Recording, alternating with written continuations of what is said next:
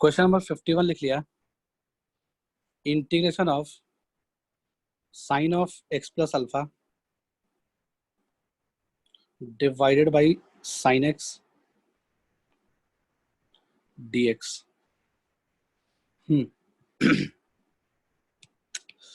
तो क्या करें इसमें, चलते हैं एक्सपैंड करके देख लेते हैं, शायद कुछ हो जाए। तो एक्सपैंड ही कर लेते हैं। Sine of A cos of B cos of A sine of B, और साइन एक्स को अलग अलग कर लो दोनों के साथ। साइन एक्स को दोनों के साथ अलग कर लिया, यहाँ dx लिख लिया। ठीक है, साइन एक्स से साइन निपट गया, तो integration of cos alpha dx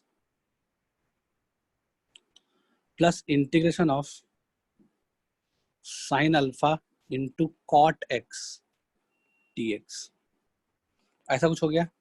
अब कॉस अल्फा तो कांस्टेंट है ना, इंटीग्रेशन का वेरिएबल क्या है, x है, तो कॉस अल्फा कांस्टेंट है, तो कोई भी कांस्टेंट कंडीशन क्या होता है, x टाइम्स ऑफ वो कांस्टेंट। ठीक है, जिसका मतलब कि पहले वाला कंडीशन क्या हो जाएगा, x times of cos alpha, plus sine alpha constant है तो बाहर रहेगा इनटू कॉट एक्स कंडीशन क्या होता है, कॉट एक्स कंडीशन होता है ln mod sine x. Hello, सही बोल रहे हैं क्या, प्लस सी, तो यही आंसर है, खत्म कहानी वही पुरानी।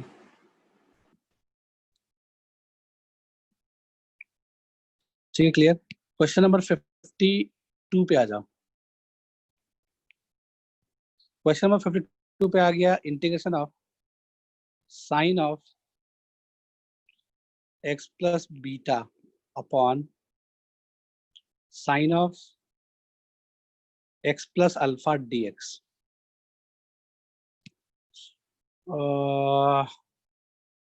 ठीक है, क्या कर सकते हैं ऐसे क्वेश्चनों में, तो ऐसे क्वेश्चनों में हम क्या करेंगे, ये समझ लो कि एक टाइप ऑफ क्वेश्चन है जो ध्यान रखना है। ये हमेशा एक टाइप ऑफ क्वेश्चन है, नीचे में तुम्हें साइन ऑफ समथिंग दिख जाए या कॉस ऑफ समथिंग दिख जाए, ठीक है ना, तो कोशिश यही होनी चाहिए हमेशा कि न्यूमरेटर वाले एंगल में डिनोमिनेटर वाले एंगल को इन्वॉल्व करो, यानी कि एक्स प्लस बीटा को स्पेशल तरीके से लिखना पड़ेगा अपने को, है ना, एक्स प्लस बीटा को स्पेशल तरीके से लिखना पड़ेगा। और वो स्पेशल तरीका क्या हो सकता है, ठीक है, यानी ऐसे लिखो एक्स प्लस बीटा को कि डिनोमिनेटर वाला एंगल इन्वॉल्व हो जाए उसमें, यानी कि डिनोमिनेटर वाले एंगल को इन्वॉल्व करना है। तो एक्स प्लस बीटा को ऐसा कर सकते हैं क्या, हमने इसमें अल्फा ऐड किया और अल्फा सब्ट्रैक्ट किया, तो हम एक्स प्लस बीटा को ऐसे लिखेंगे तो कोई फर्क नहीं पड़ने वाला है। तो अपने आप होगा क्या, अपने आप एक्स प्लस अल्फा इन्वॉल्व हो गया ना, और बीटा माइनस अल्फा तो एक कांस्टेंट चीज हो गया। ठीक है, तो इसका मतलब कि integration of sine of x plus beta को लिख लिया, x plus alpha plus beta minus alpha divided by sine of x plus alpha dx is equals to. ठीक है, अब इसमें क्या कर लोगे, इसको ए की तरह ट्रीट कर लो, इसको एंगल बी की तरह ट्रीट कर लो, ठीक है, और एक्सपैंड कर दो सिंपली। तो साइन ए यानी sine x plus alpha, sine ए cos b, cos beta minus alpha. Okay okay, फिर क्या कर सकते हैं, साइन ए कॉस बी प्लस कॉस ए साइन बी, तो कॉस एक्स प्लस अल्फा और साइन बीटा माइनस अल्फा। ठीक है, देख लेना, अपॉन यहाँ पे आ जाएगा, अब अलग अलग कर लिया एक्स प्लस अल्फा को दोनों के साथ, है ना, sine of x plus alpha को दोनों के साथ अलग अलग कर लिया, इसी कंडीशन चाहिए अपने को। तो हमने क्या देखा कि पहला वाला में तो कैंसिल, ठीक है, तो ये पूरा कहानी क्या बन जाएगा, पिछला क्वेश्चन जैसा ही बन गया, कोई नया बात नहीं है इसमें। तो ये बन जाएगा cos of beta minus alpha dx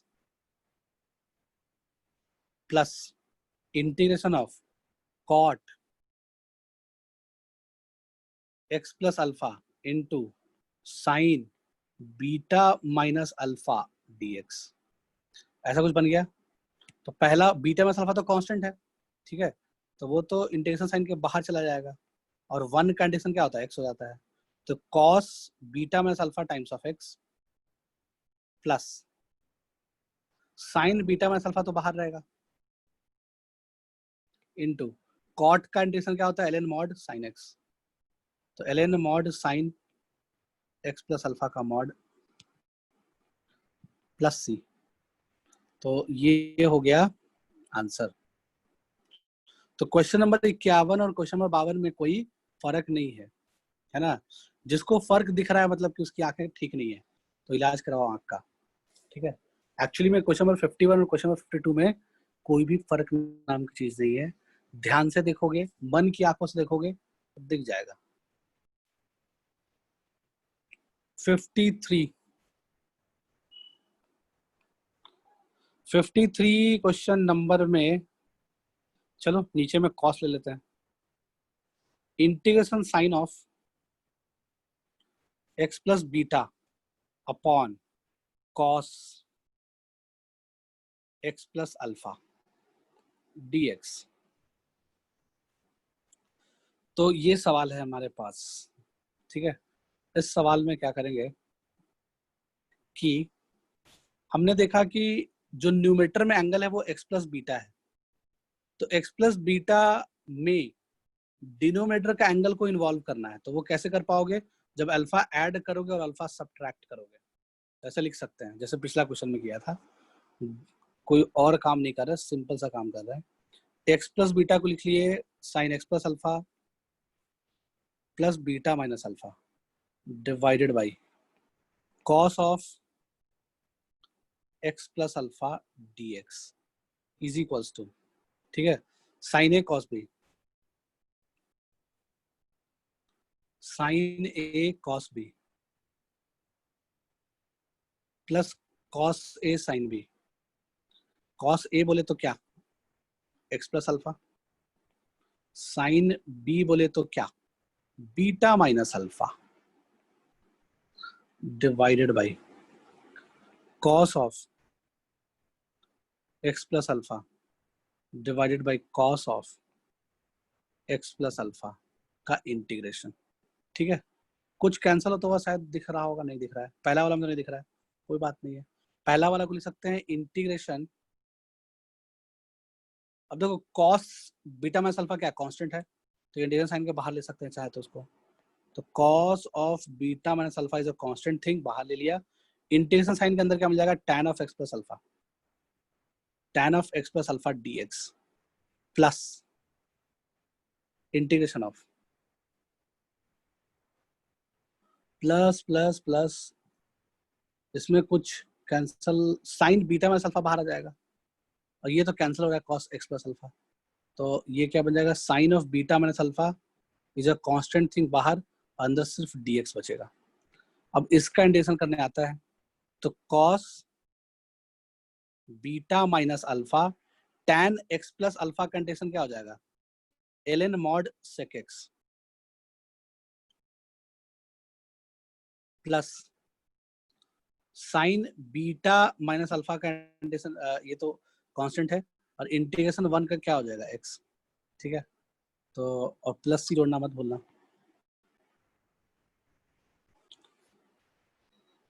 बिल्कुल सही है। तो ये जो क्वेश्चन नंबर 51, 52, 53, ये तीनों सेम वेराइटी का क्वेश्चन है, ठीक है। अब इसका नामकरण तुम खुद से कर लो, बट वेराइटी सेम है। अपने हिसाब से नामकरण कर सकते हो, तुम्हें जो समझ में आ जाए। ऐसे और भी क्वेश्चन तुमको मिलेंगे, तो ठीक है, चलो आगे मिसलेनियस में कहीं ना कहीं आ जाएगा और भी ऐसे क्वेश्चन, और भी देखते हैं। तो ये तो बीच में हमने सिर्फ साइन टैन कॉट का बताया था, इसलिए सब यूज करा लिए। आगे बढ़ते हैं। चलो 54 question, integration of dx upon integration of dx upon 1 plus 4 times of e raise to x,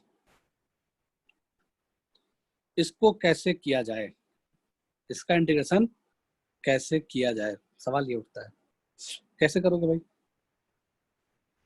तो बहुत तरीके इसको करने के, है ना, जिसमें से एक तरीका ये भी है कि अगर हम e raise to minus x से ऊपर नीचे मल्टीप्लाई एंड डिवाइड कर दें तो ऊपर में आ जाएगा e raise to minus x d x और नीचे में क्या आ जाएगा e raise to minus x plus 4। ऐसा कुछ बनेगा अगर हम e raise to minus x से ऊपर नीचे मल्टीप्लाई एंड डिवाइड कर दिए तो। बिल्कुल सही है। अब मन की आंखों से ये देखना है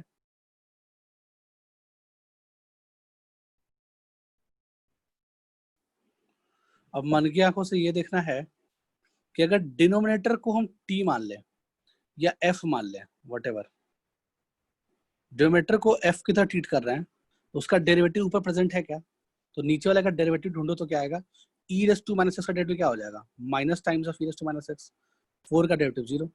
ठीक है, तो यानी कि अगर minus times of e raise to minus x होता ऊपर dx के साथ प्रेजेंट तो हम इस पूरे को क्या लिख सकते हैं, dt लिख सकते थे। अगर नीचे वाले को t मानते हैं तो लिख सकते थे ना।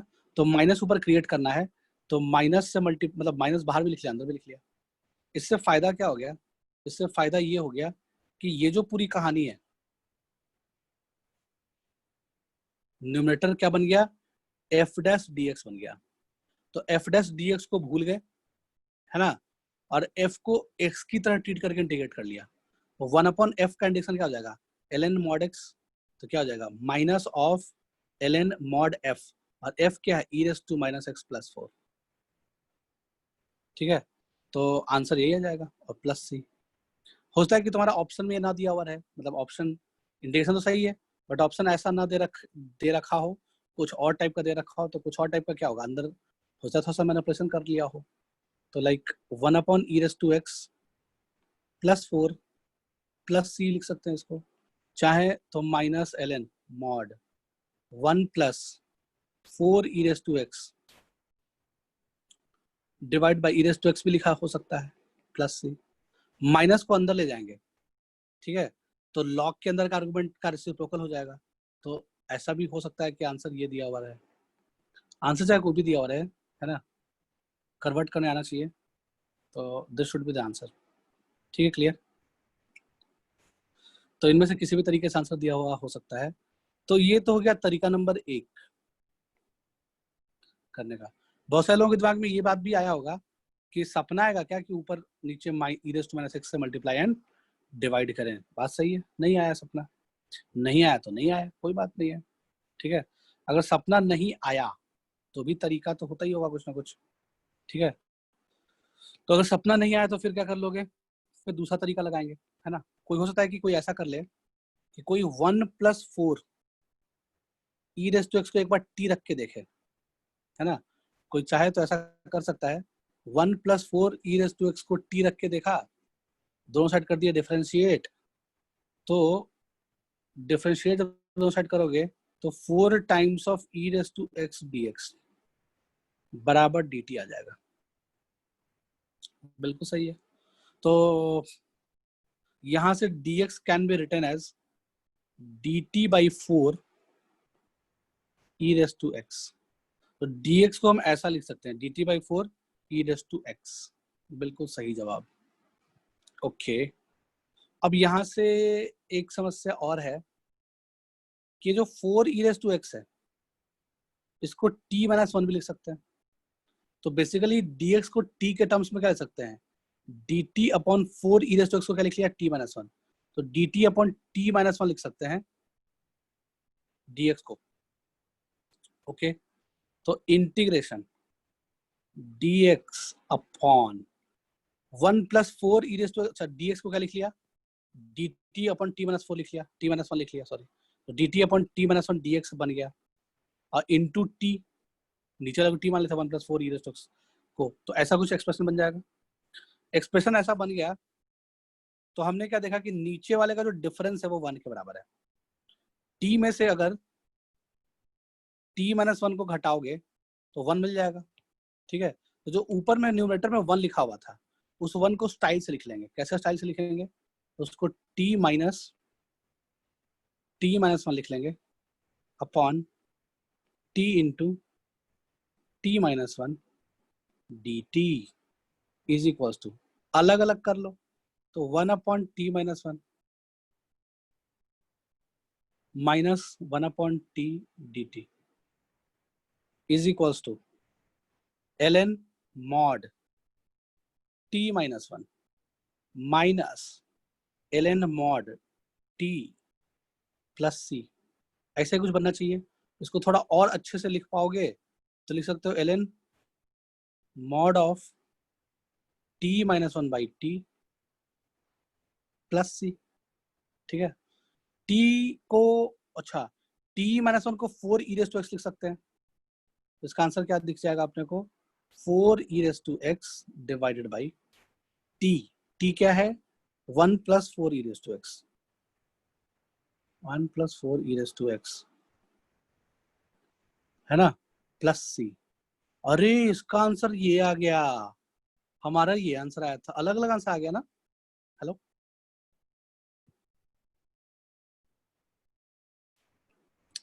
दोनों का रूप अलग अलग है, एक ही बात। जैसे चलो इसको हम ऐसे लिख सकते हैं क्या, ln of 4 plus ln of mod e raise to x upon 1 plus 4 e raise to x, है ना, प्लस सी। कोई दिक्कत?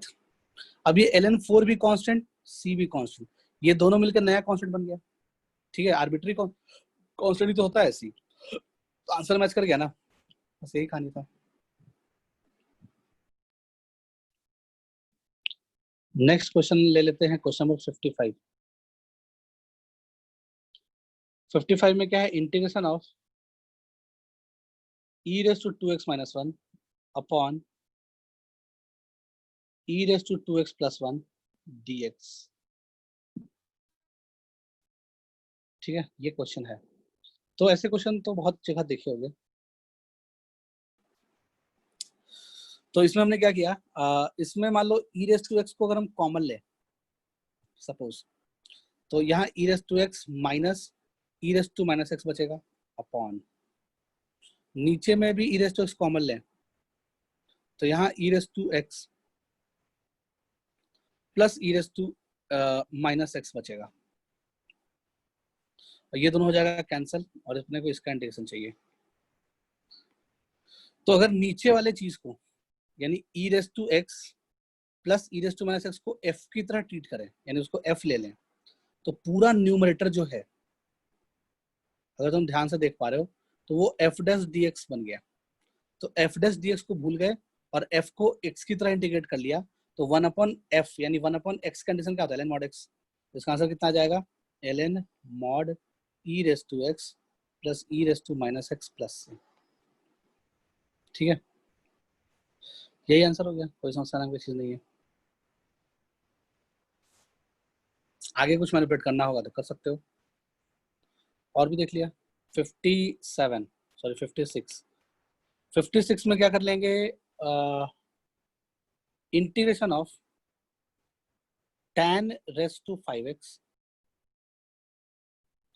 Into sec x dx। अपने को इसका इंटीग्रेशन करना है। ये शायद हमें ले चुके हैं क्वेश्चन, लास्ट क्लास हो चुका है ना ये क्वेश्चन। ठीक है, वो क्वेश्चन तो हो चुका था, नया क्वेश्चन लेते हैं। क्वेश्चन नंबर 56 में ले लिया, integration of sin raise to 5x dx। अपने को इसका इंटीग्रेशन चाहिए। तो sin raise to 5x dx का अगर इंटीग्रेशन चाहिए तो कैसे कर सकते हैं? इंटीग्रेशन ऑफ, एक साइन को बाहर निकाल लिए, साइन की पावर 4x, यानी इसको लिख लिया sin raise to 4x into एक साइन को बाहर निकाल लिया। सही है। अब हमारा टारगेट क्या है कि ये जो है वो dt टाइप का चीज बन जाए।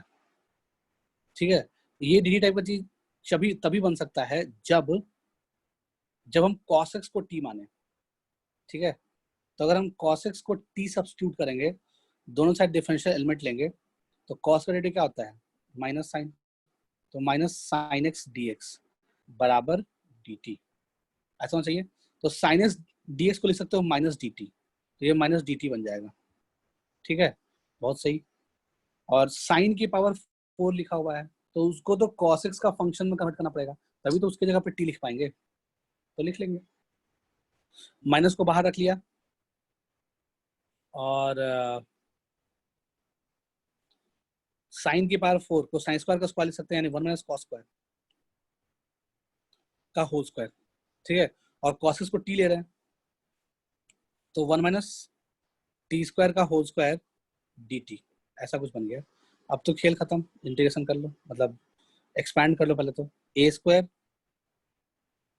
Plus b square minus 2ab, a square plus b square minus 2ab, एकदम सही जा रहे हैं, कितना dt, ठीक है।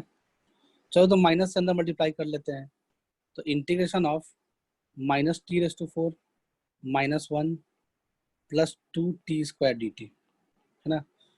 तो अब तो आता ही होगा करना, अब तो करना ऐसे टाइम पास है। तो माइनस टी रेस टू 5/5, तो t को cos x लिख लो, तो cos x raise to 5x divide by 5 minus 1 का डेरिवेटिव x, सॉरी 1 का डेरिवेटिव t हो जाएगा, t के रेस्पेक्ट में ना, तो 1 माइनस 1 का इंटीग्रेशन कितना हो जाएगा, t हो जाएगा। तो माइनस 1 का इंटीग्रेशन अगर t हुआ तो t क्या है, cos x है, तो माइनस cos x। ये क्या जाएगा 2tt को बाई 3, तो 2 into T cube by 3, t क्या है cos x है, तो cos cube x by 3 plus c, ये आंसर है।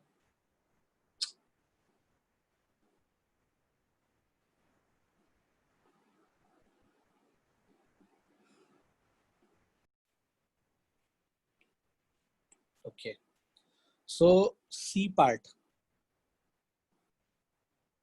सी पार्ट बोले तो सी मतलब तीसरा तरीका इंटीग्रेशन करने का, जिसको हम लोग बोलते हैं इंटीग्रेशन बाय पार्ट्स, यानी इंटीग्रेशन यूजिंग बाय पार्ट्स। बड़ा अच्छा नाम है ना, बाय पार्ट्स। तो बाय पार्ट्स से इंटीग्रेशन करना, बहुत समय पहले की बात है, जब हम लोग डिफरेंशिएशन पढ़ा करते थे, ठीक है, बहुत सदियों पहले जब हम डिफरेंशिएशन पढ़ा करते थे, तो डिफरेंशिएशन में ऐसा पढ़ते थे, f इंटू जी, दो फंक्शन है, उसका डेरिवेटिव अगर निकालना होता था तो हम लोग ऐसा निकालते थे ना, f dash g plus g dash f, यही किया करते थे, ठीक है। तो यहां से हम लिख सकते हैं क्या, यहां से f डैश इंटू जी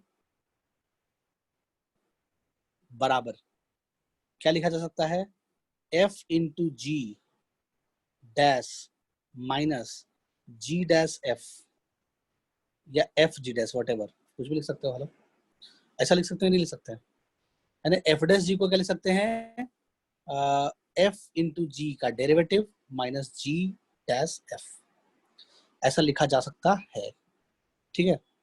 ओके, अब दोनों साइड कर दो इंटीग्रेट, तो integration of f dash into g बराबर integration of f into g dash minus integration of g dash f, ये कहानी हो गई, ठीक है। ओके, ये कहानी हो गई, कोई समस्या नहीं है। अब क्या कर लिया इसको, अब हम इसको ऐसा बोल सकते हैं, integration of f dash into g बराबर, अब देखो f इंटू जी का डेरिवेटिव यानी कि समथिंग का डेरिवेटिव का इंटीग्रेशन क्या हो जाएगा, वही समथिंग आ जाएगा, यानी कि इंटीग्रेशन ऑफ लड्डू का डेरिवेटिव, तो लड्डू के बराबर आएगा। हेलो, क्यों, क्योंकि differentiation and integration are reverse process, मतलब एक दूसरे का रिवर्स प्रोसेस है, तो समझ में आ गया होगा, आई होप बोलने की जरूरत नहीं है, यानी कि समथिंग इंटीग्रेशन ऑफ समथिंग का डेरिवेटिव बराबर वही समथिंग होता है, ठीक है। या ऐसे भी रहे, इंटीग्रेशन ऑफ समथिंग का डेरिवेटिव बराबर वही समथिंग, यानी इन शॉर्ट तुम मन में ऐसा सोच सकते हो कि ये जो सांप वाला साइन इंटीग्रेशन का साइन है और ये डैश वाला साइन एक दूसरे को कैंसिल कर सकता है, ठीक है, हम ऐसा समझ सकते हैं। आई होप समझ में आ रहा होगा बात, ठीक है। तो ये क्या बन जाएगा, ये f इंटू जी बन जाएगा, ये बन जाएगा f into G minus integration of g dash into f। अब इसमें मान लो क्या होगा ही ऑफ कोर्स। तो अगर हम f डैश को, चलो g को मान लो फर्स्ट फंक्शन बोल दिए, मतलब 1 नंबर फंक्शन बोल दिए फर्स्ट फंक्शन, और f डैश को मान लो सेकंड फंक्शन बोल दिए, ठीक है। तो ये f क्या होगा, f is basically integration of f dash बराबर f, हेलो होगा ना। तो इसका मतलब कि f डैश को सेकंड फंक्शन बोले थे, यानी इंटीग्रेशन ऑफ सेकंड बराबर f बोल सकते हैं। तो इसका मतलब क्या लिखा हुआ है, इंटीग्रेशन ऑफ सेकंड, ठीक है। ये वाला चीज क्या लिखा हुआ है, integration of second into g क्या है, first function, into first function minus integration of g dash क्या हो गया, फर्स्ट का डेरिवेटिव, तो g डैश को बोल सकते हैं फर्स्ट का derivative into integration of second, f क्या है, इंटीग्रेशन ऑफ सेकंड, तो f को हम क्या बोल सकते हैं, इंटीग्रेशन ऑफ सेकंड फंक्शन, ठीक है। ऐसा कुछ बन गया, हेलो। तो अगर हम ध्यान से देखें तो ये फॉर्मूला टाइप का चीज बन गया, क्या बन गया, अगर तुम्हें integration of first function into second function दिया हुआ रहे, तो first function as it is integration of second minus integration of differentiation of first into integration of second. आया क्या समझ में, हेलो।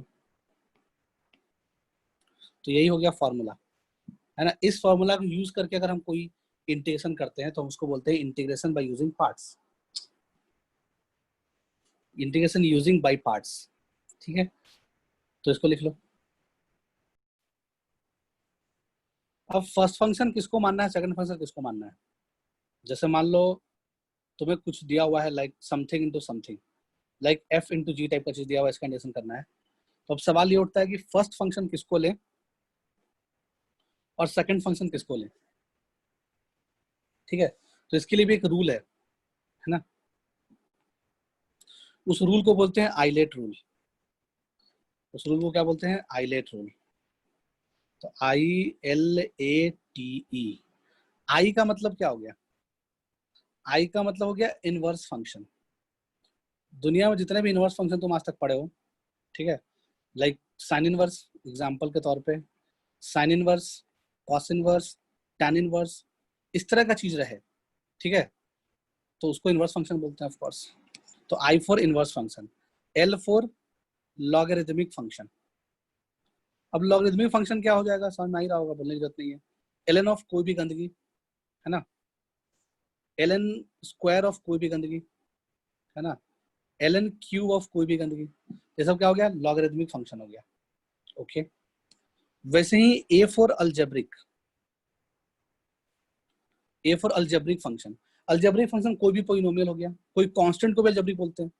जैसे मान लो टू भी एक अलजेब्रिक फंक्शन है, 3 भी एक अलजेब्रिक फंक्शन है, कांस्टेंट भी अलजेब्रिक होता है, x भी अलजेब्रिक होता है, एक्स स्क्वायर भी अलजेब्रिक होता है, एक्स क्यूब प्लस 3 भी अलजेब्रिक होता है, एक्स स्क्वायर प्लस 7 भी अलजेब्रिक होता है। समझ बात, कोई भी पॉलिनोमियल या फिर रूट एक्स स्क्वायर प्लस 1 ये भी अलजेब्रिक हो गया, ठीक है। तो इस तरह का चीज क्या हो गया, अलजेब्रिक हो गया। टी फॉर ट्रिग्नोमेट्रिक,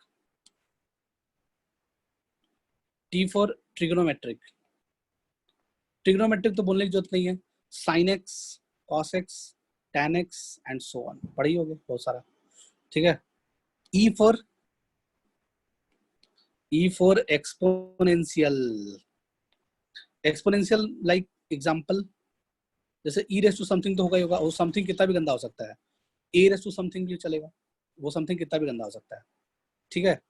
तो अब ये फर्स्ट फंक्शन और सेकंड फंक्शन डिसाइड कैसे होता है, जैसे एग्जांपल के तौर पे कुछ एग्जांपल ले लेते हैं। जैसे फर्स्ट एग्जांपल ले लिया, like integration of x into e raise to x. मान लो अगर इसका इंटीग्रेशन निकालना है तो which one is first function, which one is second function, तो ये डिसाइड करने के लिए क्या कर लो, आइलेट लिख लो पहले। तो आइलेट लिख लिए और लेफ्ट से राइट की तरफ जाओ, ठीक है। और पहले तुम्हें दो फंक्शन का प्रोडक्ट लिखा हुआ है, तो एक्स को क्या बोलेंगे, अलजेब्रिक बोलेंगे, और ई रेज़ टू एक्स को क्या बोलेंगे, एक्सपोनेंशियल बोलेंगे। तो लेफ्ट से राइट की तरफ जाने में जो पहले आया वो फर्स्ट फंक्शन, जो बाद में आया वो सेकंड फंक्शन, क्योंकि हमेशा बाई पार्ट्स कब लगाते हैं, बाई पार्ट्स हमेशा लगाते हैं दो फंक्शन के प्रोडक्ट के लिए। दो फंक्शन के प्रोडक्ट के इंटीग्रेशन को करने के लिए हम बाई पार्ट्स मेथड लगाते हैं, ठीक है। तो तुम्हें दो फंक्शन दिया हुआ रहेगा, तो मान लो कि आई से ई की तरफ गए, आई से ई की तरफ चले, ठीक है। तो पहले कौन आया, ए आया, तो एक्स को फर्स्ट फंक्शन बोलेंगे और ई रेज़ टू एक्स को सेकंड फंक्शन बोलेंगे, क्योंकि पहले अलजेब्रिक आया बाद में एक्सपोनेंशियल आया, ठीक है। अच्छा, वैसे ही मान लो अगर तुमसे पूछ दिया जाता integration of like ln x x into ln x, मान लो इसका इंटीग्रेशन करना है, तो फिर आइलेट रूल लगाया, है ना। x इंटू इंटीग्रेशन x ऐसा कुछ लिखा हुआ है, तो ये x क्या है, अलजेब्रिक है, ln x क्या है, लॉगरिथमिक है, तो आइलेट लिखो। लेफ्ट से राइट की तरफ जाओ, पहले कौन आया, पहले लॉगरिथमिक आया, तो लॉगरिथमिक को फर्स्ट फंक्शन बोलेंगे और अलजेब्रिक को सेकंड फंक्शन बोलेंगे। आया समझ में बात, ठीक है। वैसे ही और भी पहचानने के लिए देख लेते हैं, like integration of x square plus 3x times of sine inverse x। मान लो इसका इंटीग्रेशन करना होता सपोज, ठीक है, और इसमें आइलेट रूल लगाते हैं, यानी अच्छा आइलेट रूल लगाने से पहले देख लो कौन क्या है भाई। तो ये पूरा क्या है, अलजेब्रिक है, और ये क्या है, इनवर्स फंक्शन है, इनवर्स ट्रिग्नोमेट्रिक फंक्शन है, ठीक है। तो आई लेट लिख लो, आई लेट, आइलेट लिख लिया। आई से लेकर के ई तक, ई की तरफ गए, तो पहले कौन आया, पहले आई आया, ठीक है। तो ये हो गया फर्स्ट फंक्शन और ये हो गया सेकंड फंक्शन। और भी like integration of 7x plus, sorry plus क्यों, 7x square into sine x. तो एक अलजेब्रिक है तो एक ट्रिग्नोमेट्रिक है, तो आइलेट लिखो। आई से लेके ई तक, ई की तरफ गए, पहले कौन आया, पहले कौन आया, तो पहले आया अलजेब्रिक, उसके बाद ट्रिग्नोमेट्रिक आया, तो अलजेब्रिक फर्स्ट फंक्शन और ये सेकंड फंक्शन, है ना। तो जनरली हम ऐसे ही डिसाइड करते हैं कि फर्स्ट फंक्शन कौन होगा और सेकंड फंक्शन कौन होगा, बट इन सम केसेस ऐसा भी क्वेश्चन हो सकता है जिसमें ऐसे नहीं करना, मतलब इन शॉर्ट करने का मतलब क्या हो गया, कहने का मतलब ये हो गया कि जो फॉर्मूला होता है फर्स्ट इंटू सेकेंड, है ना, वहां से समझो कि आखिर ये आया तो आया कहाँ से, मतलब ये रूल अगर आया या किसी ने सोचा ऐसा करने का, तो कहाँ से सोचा होगा, क्यों सोचा होगा, ठीक है। तो इसके पीछे भी लॉजिक है, ऑफ कोर्स क्यों सोचा होगा। तो किसी के दिमाग में ऐसा आया होगा कि integration of first function into second function का फॉर्मूला क्या होता है, first function as it is integration of second minus integration of differentiation of first into integration of second. इस पूरे फॉर्मूले में ध्यान सुनना, इस पूरे फॉर्मूले में इंटीग्रेशन सेकेंड का हुआ और डिफरेंशिएशन फर्स्ट का हुआ। हेलो, समझ में आ रहा बात, यानी कि डिफरेंशिएशन किसका होता है, डिफरेंशिएशन सेकेंड का होता है, और इंटीग्रेशन किसका होता है, इंटीग्रेशन फर्स्ट का होता है। इस पूरे कहानी में ध्यान सुनना, ठीक है। तो यानी कि जिसका इंटीग्रेशन मुश्किल होगा उसी को फर्स्ट फंक्शन मानेंगे, ताकि उसको इंटीग्रेट ना करना पड़े, क्योंकि हमने क्या देखा कि फर्स्ट इंटू सेकेंड का इंटीग्रेशन है, ठीक है। तो फर्स्ट फंक्शन को इंटीग्रेशन यहाँ भी नहीं करना पड़ा, यहाँ तो एज इज लिख दिए, ठीक है, और फिर यहाँ पे डिफरेंशिएट करके लिख लिए, और differentiation is slightly easier than integration, है ना। तो यानी कि जो फंक्शन सबसे खतरनाक है, कह सकते हो काइंड ऑफ, वो फंक्शन जिसका इंटीग्रेशन करना मुश्किल है, समझ रहे बात को, दो फंक्शन का प्रोडक्ट लिखा हुआ है, तो वो फंक्शन जिसका इंटीग्रेशन करना मुश्किल है या बहुत ही कॉम्प्लिकेटेड गंदा सा एक्सप्रेशन है, ठीक है, तो हम उसको हमेशा फर्स्ट फंक्शन मानेंगे, ताकि अपने को उसका इंटीग्रेशन करना ना पड़े, ठीक है। तो आइलेट का मतलब ये होता है कि अगर हम ILATE, अगर हम I से E की तरफ जाएं तो सबसे मुश्किल होता है इनवर्स का इंटीग्रेशन करना, ये मुश्किल, सबसे मुश्किल टास्क है, और सबसे इजी होता है इंटीग्रेशन एक्सपोनेंशियल फंक्शन का। ठीक है, समझ में आ रहा है बात? तो यानी कि I से E की तरफ जाते हैं तो इंटीग्रेशन करने का जो टफनेस है वो धीरे धीरे कम होता जाता है। सबसे टफ हो गया इनवर्स फंक्शन को इंटीग्रेट करना, इसीलिए इस मतलब I से E की तरफ जाने के ऑर्डर में जो पहले आता है उसको हम फर्स्ट फंक्शन लेते हैं, है ना। यानी कि दोनों में जिसका इंटीग्रेशन मुश्किल हो वो फर्स्ट फंक्शन होता है। आया समझ में बात? ध्यान सुन लो, देसी भाषा में चाहो तो लिख सकते हो, दोनों फंक्शन में से जिसका इंटीग्रेशन मुश्किल हो उसको फर्स्ट फंक्शन लेते हैं। ठीक है, तो ये हमने सीख लिया, मतलब इन शॉर्ट बात यही था। ये तो कहने के लोगों ने हाईलाइट बना दिया रूल, बट रियलिटी में क्या था वो समझ में आ गया। जिस फंक्शन का इंटीग्रेशन मुश्किल होता है उसी को फर्स्ट फंक्शन लेते हैं। चलो इस पे कुछ एग्जांपल लेते हैं। तो क्वेश्चन नंबर 57,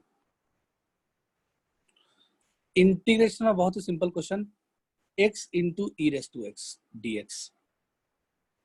तो सवाल ये उठता है, पहला वाला x क्या है? अलजेब्रिक है, और ये क्या है? एक्सपोनेंशियल है। ठीक है, आइलेट लिखा, आई से ई की तरफ गए तो पहले अलजेब्रिक मिला, तो अलजेब्रिक वाले को फर्स्ट फंक्शन बोलेंगे और इसको सेकंड फंक्शन बोलेंगे।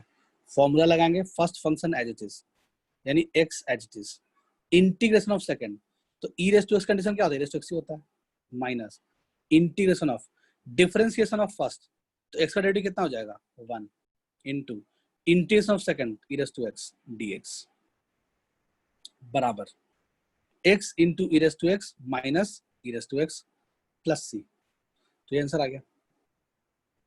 ठीक है, और 58, इंटीग्रेशन ऑफ, ठीक है, x into sine 3x dx। मान लीजिए अपने को इसका इंटीग्रेशन करना है, तो सवाल वही उठता है, this is algebraic, this is trigonometric. तो आइलेट रूल में पहले क्या आता है? आई से ई की तरफ अगर जाएं तो पहले अलजेब्रिक आता है, तो अलजेब्रिक को बोलेंगे फर्स्ट फंक्शन, ट्रिग्नोमेट्रिक को बोलेंगे second function. First function as it is, है ना, integration of second, first function as it is, integration of second, यानी कि साइन 3x कंडीशन कितना होता है? माइनस कॉस, तो माइनस बाहर आ जाएगा, माइनस कॉस 3x/3। हेलो, समझ में आ रहा होगा बात? Minus integration of differentiation of first, तो x का डेरिवेटिव कितना? 1, इंटीग्रेशन ऑफ सेकंड, तो माइनस प्लस बन जाएगा, क्योंकि उसका कंडीशन क्या? माइनस कॉस 3x होता है, तो माइनस कॉस 3x के कारण बाहर वाला प्लस बन गया, डिवाइड बाई 3 dx।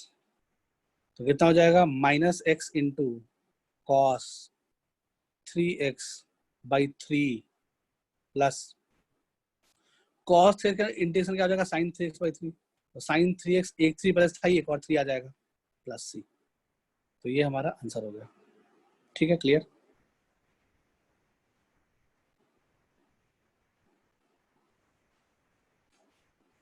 अच्छा, इसमें बहुत सारे लोगों के दिमाग में आया होगा, जैसे पहला वाला क्वेश्चन को वापस से करते हैं, integration of x into e raise to x जो है, इसको पहला वाला क्वेश्चन को वापस से करते हैं उल्टा लेके, है ना। इस बार क्या कर लो, इस बार इसको फर्स्ट फंक्शन बोल दो, इसको सेकंड फंक्शन बोल दो, यानी ई रेस टू एक्स को फर्स्ट फंक्शन बोल दो और एक्स को सेकंड फंक्शन बोल दो। देखो, जस्ट फाइंड आउट करो कि आखिर ऐसा क्यों बनाया गया, मतलब फर्स्ट फंक्शन सेकंड फंक्शन मानने के लिए भी तरीका क्यों ढूंढा गया। अपने को तो दोनों का इंटीग्रेशन करने आता है ना। तो लेट्स ट्राई, देखते हैं क्या होगा।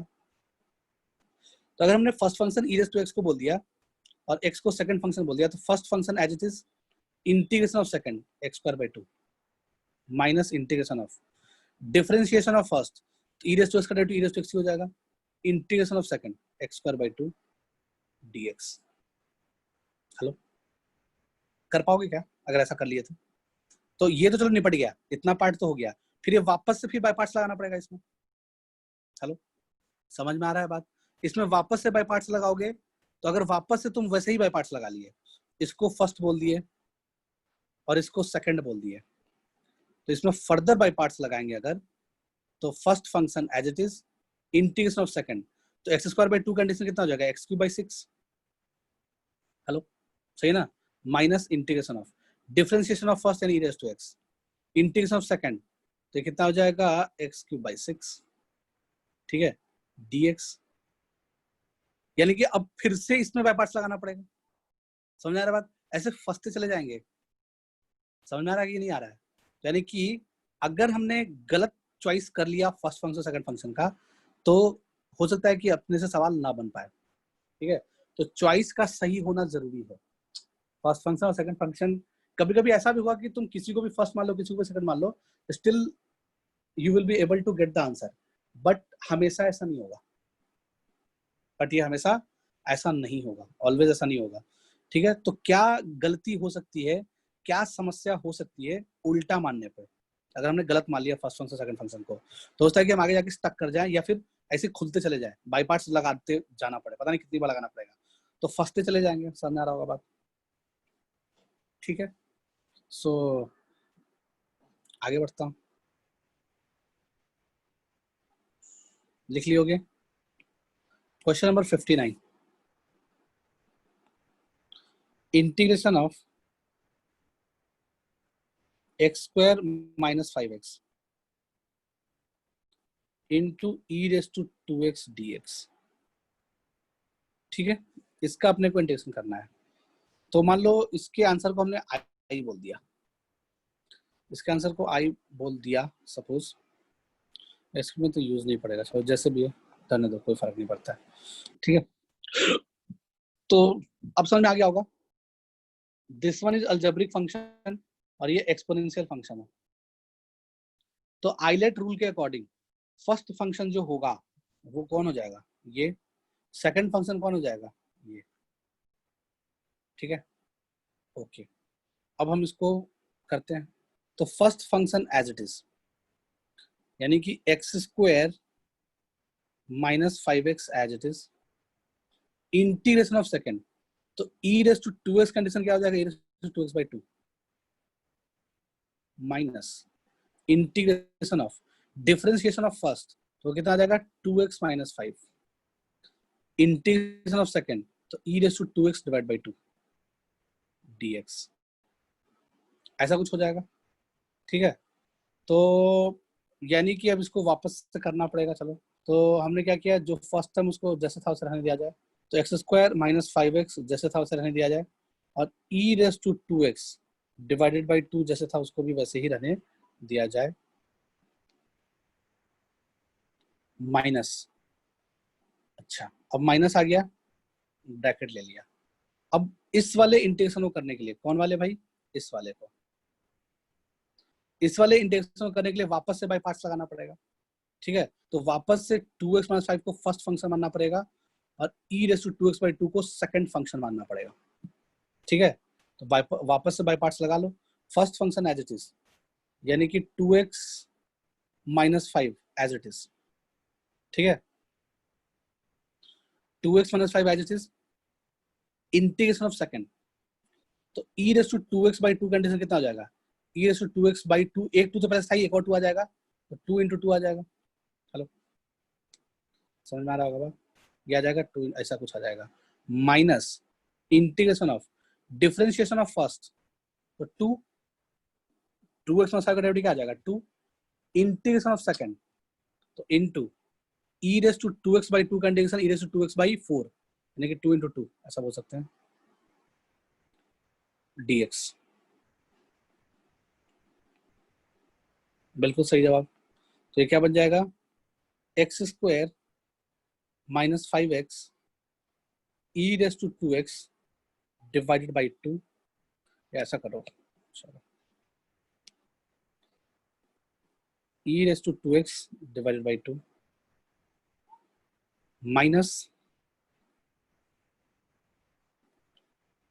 2x माइनस 5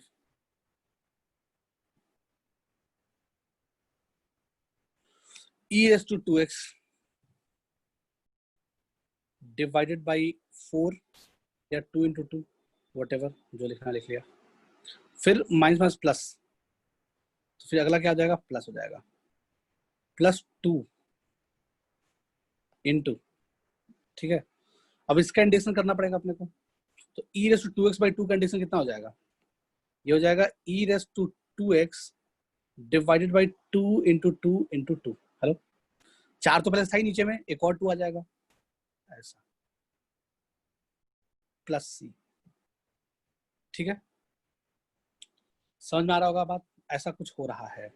कुछ किसी को दिखा क्या? यहाँ पे अपने को एक पैटर्न क्या मिला कि ये फर्स्ट फंक्शन था और ये क्या था, इंटीग्रेशन ऑफ सेकंड था। तो फर्स्ट फंक्शन इनटू ये फर्स्ट फंक्शन था और into integration of second next लिखा हुआ था। फिर माइनस आया बाहर, फिर बाहर माइनस आया, फिर क्या हुआ, फर्स्ट का डेरिवेटिव और इंटीग्रेशन ऑफ सेकंड, यानी कि डबल इंटीग्रेशन ऑफ सेकंड। तो यानी कि इंटीग्रेशन ऑफ सेकंड का फिर से इंटीग्रेशन किया, समझ में आया बात? तो डबल इंटीग्रेशन ऑफ सेकंड ये लिखा हुआ था। फिर ऑल्टरनेट प्लस माइनस साइन, यानी कि पहले प्लस से शुरुआत हुआ, फिर माइनस आया, फिर प्लस आया, फिर प्लस क्या आ जाएगा, फिर प्लस आ जाएगा फर्स्ट का डबल डेरिवेटिव, ठीक है। तो सेकंड का ट्रिपल इंटीग्रेशन, सेकंड का ट्रिपल इंटीग्रेशन, समझ आया बात? फिर ऐसे ही पैटर्न फॉलो होता जाता है। तो यानी कि ये क्या हमेशा होगा क्या? तो ये हमेशा नहीं होगा, ये सिर्फ 2 तरह के केसेस में होगा, ठीक है। यानी कि पहले तो पैटर्न लिख लिया, ऐसे चल गया, तो अगला तुम बताओ क्या आना चाहिए, अगला माइनस आना चाहिए, लाइक अगला माइनस आना चाहिए। माइनस क्या कर लोगे, फर्स्ट का ट्रिपल डेरिवेटिव, ठीक है, और 4 डेरिवेटिव ऑफ सेकंड। हेलो, समझ आ रहा है बात? एंड सो ऑन, ऐसे ऑल्टरनेट प्लस माइनस चलते जाएगा, एंड सो ऑन। ये कहां तक जाएगा, जब तक कि डिफरेंशिएट होते होते ये 0 ना हो जाए। जैसे अब देखो 2 का आगे डेरिवेटिव क्या आ जाएगा, 0 आ जाएगा, तो आगे का सारा टर्म 0 0 0। समझ में आ रहा है बात? आ रहा है ना, आगे का टर्म 0 0 हो जाएगा, तो कोई समस्या है ही नहीं। तो यानी कि जब तक 0 ना आ जाए तब तक करते रहो, ऐसे करते रहो जब तक 0 ना आ जाए, ये हम करते रहेंगे। तो बेसिकली हमने क्या निकाला, integration of first into second का फॉर्मूला निकाल लिया, बराबर दिस। बट दिस फॉर्मूला का लिमिटेशन, ये हमेशा थोड़ा ट्रू होता है। इस फॉर्मूले का जो लिमिटेशन है वो क्या है, मैं ये बताना चाहता हूँ। ऑल्टरनेट प्लस माइनस आते जाएगा और ऐसे चलते जाएगा। तो पहले तो लिख लो ये कहानी आई, ये जो कहानी आई, हाँ बोलो। वो सबसे पहले लाइन में सबसे राइट में है ना टर्म? हाँ, सबसे पहले में सबसे राइट में ये वाला टर्म, हाँ बोलो। में से 2 को इंटीग्रेशन साइन के बाहर ले जा सकते हैं ना? ले जा सकते हो बिल्कुल, तो फिर ये पैटर्न नहीं समझ में आता ना। ये पैटर्न समझाने के लिए हमने उसको 2 के 2 ही रहने दिया। तुम तो जब करना तो ले जा सकते हो, कोई दिक्कत नहीं है ना। हमने बस समझाने के लिए, देखो इंटीग्रेट होते चला गया एक चीज और एक चीज डिफरेंशिएट होते चला गया, बस ये बताने के लिए डिवाइड बाई 2 को एज इट इज रहने दिया, ठीक है, ताकि तुम्हें चीजें समझ में आ जाए। बिल्कुल कर सकते हो, 2 तो बिल्कुल बाहर जा सकता है, कोई दिक्कत नहीं है, ठीक है। तो हम बस चाहते थे कि तुम ये पैटर्न पहचान लो, इसलिए हमने अलग अलग कलर से लिखा, ब्लू और ब्लैक वाला अलग कलर से लिखा, ताकि तुमको खुद ही दिख जाए कि क्या पैटर्न चल रहा है। तो बट ये चीज वैलिड कब होता है, मतलब ये जो हम लिखवा रहे हैं ये शॉर्टकट वैलिड कब होगा, ठीक है, जब ऐसा हुआ question, integration of some polynomial, integration of some polynomial into e raise to something dx, तो इसमें वैलिड हो जाएगा। और या फिर इंटीग्रेशन ऑफ सम पॉलिनोमियल, है ना, इनटू साइन एक्स या कॉस एक्स में से कुछ भी रहे, तो लाइक साइन एक्स रहे dx, तो ये दूसरा वैरायटी हो गया। और तीसरा ये कब वैलिड होगा, तीसरा ये वैलिड होगा इस तरह के क्वेश्चन में, इंटीग्रेशन सम पॉलिनोमियल, उसके अलावा कभी और कहीं और मत करना इसको यूज, कहीं और समस्या में आ जाओगे। Into cos 6dx। ठीक है, तो पॉलिनोमियल के साथ अगर एक्सपोनेंशियल फंक्शन का प्रोडक्ट लिखा हुआ रहे या फिर sin x या cos x रहे, ठीक है, तो हम ऐसे कर सकते हैं। ठीक है, और ध्यान देने लायक बात यह है, इसमें जो ऑब्जर्व करने लायक बात है वो ये है, जो ऑब्जर्वेशन होना चाहिए तुम्हारा वो ये कि x स्क्वायर माइनस 5 2 डिग्री का पोलिनोमियल है। तो 2 डिग्री का पोलिनोमियल है तो अपने को 2 बार बाय पार्ट्स लगाना पड़ा। हेलो, एक बार यहाँ लगाए फिर एक बार और लगाए, तो अगर 3 डिग्री का पोलिनोमियल होगा तो 3 बार बाय पार्ट्स लगाना पड़ेगा। समझ में आया बात? 4 डिग्री का पोलिनोमियल होगा तो 4 बार बाय पार्ट्स लगाना पड़ेगा। ठीक है, तो बिल्कुल क्लियर है।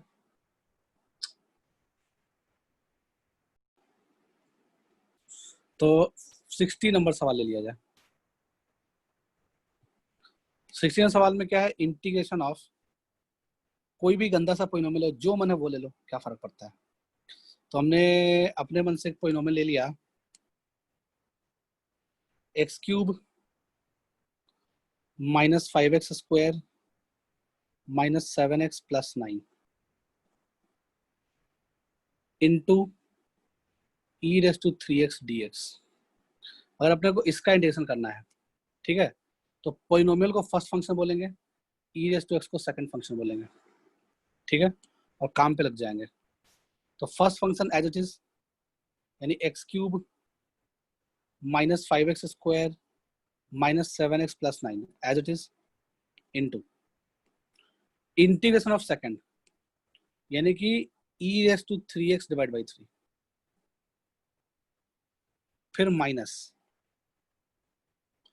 फिर क्या कर लो, पहले वाले का डेरिवेटिव।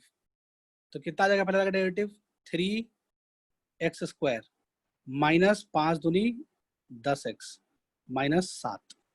सही है, फिर दूसरे वाले का इंटीग्रेशन, तो e raise to 3x divided by 3 into 3। सही है, फिर आ जाएगा प्लस, फिर से डिफरेंशिएट कर लो, तो 6x minus 10, if I am not wrong, 3 दूनी 6, 6x माइनस 10 आ गया।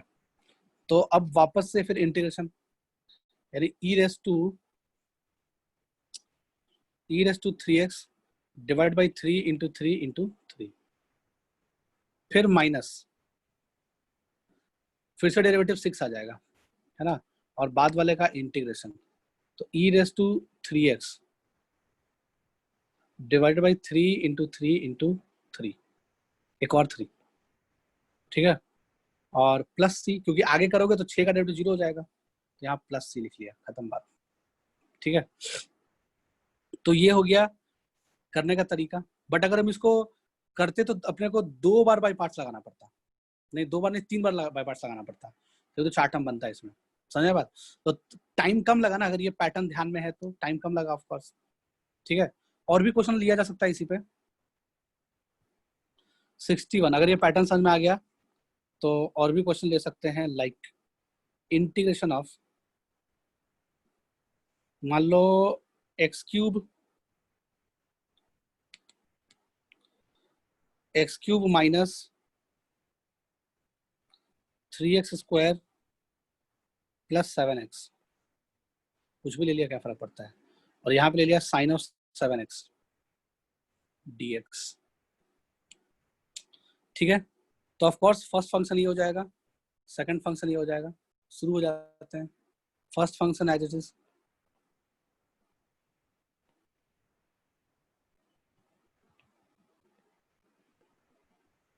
ठीक है, first function as it is, integration of second, तो साइन 7x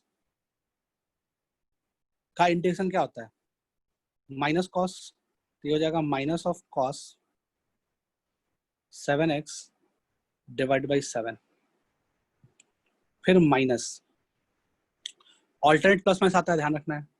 फिर अगले वाले का डेरिवेटिव, तो इसका डेरिवेटिव कितना हो जाएगा, एक्स क्यूब का डेरिवेटिव कितना हो जाएगा, 3x square minus 6x plus 7, फिर आगे वाले का इंटीग्रेशन, तो माइनस कॉस 7x बाई 7 का इंटीग्रेशन चाहिए अपने को। तो minus of cos 7x by 7 का इंटीग्रेशन क्या हो जाएगा? कॉस का इंटीग्रेशन क्या होता है? Minus sine. हेलो, कॉस का इंटीग्रेशन क्या होता है? माइनस साइन, सॉरी, कॉस का इंटीग्रेशन होता है साइन। माइनस तो पहले से ही बाहर, तो बाहर माइनस ही रह जाएगा। तो माइनस साइन 7x, एक 7 प्लस था ही तो एक और 7 आ जाएगा। ठीक है, ऐसा कुछ हो जाएगा। फिर आगे, फिर आ जाएगा प्लस आगे का डेरिवेटिव, तो 3 दूनी 6, 6x minus 6x minus 6। Okay, फिर आगे, आगे वाले का इंटीग्रेशन। ठीक है, तो minus sine 7x divide by 7 to 7 का इंटीग्रेशन कितना आ जाएगा? साइन का इंटीग्रेशन क्या होता है? माइनस कॉस, तो प्लस बन जाएगा। तो plus cos 7x divide by 7 into 7, दो तो 7 प्लस था ही, एक और 7 नीचे आ जाएगा। समझ में आ ही रहा होगा बात, कोई दिक्कत नाम की चीज नहीं है। ओके, फिर माइनस 6 का डेरिवेटिव 6। ठीक है, फिर आगे वाले का इंटीग्रेशन। तो कॉस का इंटीग्रेशन क्या होता है? कॉस का इंटीग्रेशन होता है साइन, तो हो जाएगा sine of 7x divide by 7 into 7 into 7 into 7, और लास्ट में जोड़ के लिख दिया प्लस c।